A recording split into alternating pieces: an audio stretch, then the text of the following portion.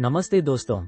आज जब पूरी दुनिया ट्रंप की टैरिफ वॉर के शोर में डूबी है, एक बड़ा खतरा चुपके से बढ़ रहा है, जिसे ज्यादातर लोग नजरअंदाज कर रहे हैं। जापान की ब्याज दरों का बढ़ना, ये वैश्विक बाजारों के लिए अगला बड़ा तूफान बन सकता है।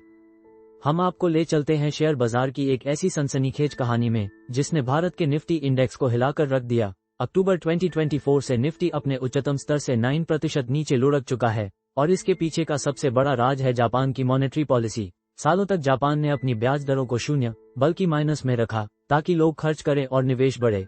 इसने कैरी ट्रेड नामक एक खतरनाक खेल को जन्म दिया, जिसमें निवेशक जापान के सस्ते येन में कर्ज लेकर भारत जैसे बाजारों में पैसा लगाते थे। भारत का शेयर बाजार इन पैसों का बड़ा ठिकाना बन गया था, लेकिन 2024 में जापान ने ये खेल पूरी तरह पलट दिया। जापान की कमजोर अर्थव्यवस्था और गिरते येन ने बैंक ऑफ जापान को मजबूर किया कि वो ब्याज दरें बढ़ाए।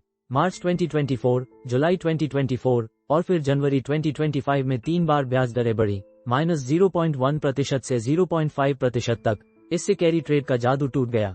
कर्ज लेना अब महंगा पड़ने लगा और निवेशकों ने अपने दांव वापस खींचने शुरू कर दिए। सितंबर 2024 में जापान के पास $11.3 ट्रिलियन की विदेशी संपत्ति थी, लेकिन अक्टूबर-दिसंबर में $741 बिलियन का नुकसान हुआ। भारत में जापानी निवेश $180 बिलियन का है, लेकिन सिंगापुर और थाईलैंड जैसे रास्तों से ये रकम ट्रिलियन डॉलर तक पहुंचती है। जनवरी 2025 की ब्याज दर बढ़ोतरी ने निफ्टी को सिर्फ एक महीने में 6% और नीचे धकेल दिया।